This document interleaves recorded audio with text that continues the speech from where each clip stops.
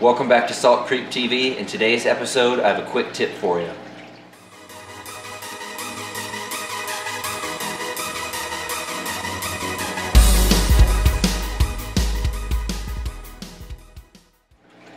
As you can see, the Bubble Magus Curve 5 is the skimmer I'm using. We're through the cycling process, and now we are breaking in the Curve 5. I've had this Curve 5 running now for about a week.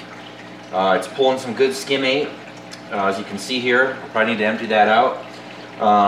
But if you're like me and you're a DIYer, you're always looking for a good way to do something on your own, save a little money, and put your own fingerprint on the aquarium hobby. So what's the tip, you ask? This guy right here. This is an outdoor water drain. I found this at Lowe's. You can find it at any hardware store around you probably. This is obviously made to be outdoors, and it's made to be around water. So those are two things that are very helpful in this application. And right here you'll see you have 2.5 inches of rise.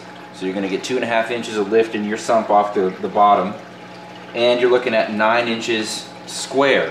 So this can hold a pretty big skimmer. And so those are two very good things about this. But also, I think my favorite thing about it is the fact that being a grate like it is, you're not going to get any stagnant water in your sump. There's no place in here where like you're going to set it down and get water trapped underneath here or anything. You're going to have good flow going through this. It's very sturdy, even though you can see it's round on the bottom. It's wide enough to where no matter how big of a skimmer you're going to put on here, you're going to get a solid base when it's at the bottom of your sump. Now when you do put it in the sump, initially it's going to want to float. This grate is going to want to float on you. But when you just push it down with your hand and you set the skimmer on top of it, it is solid. It's not going to want to rise up on you. The weight of the water inside the skimmer is going to help push it down, and that's not really going to be an issue at all.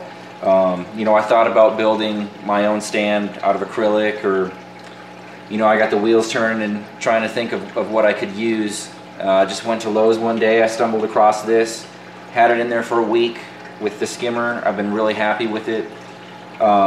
In my application using the Curve, it's been perfect.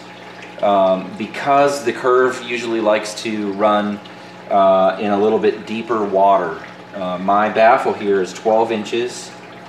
And so when you figure, this is 2.5 inches, I'm running at about 9.5 inches of water depth, which is really good for the Curve.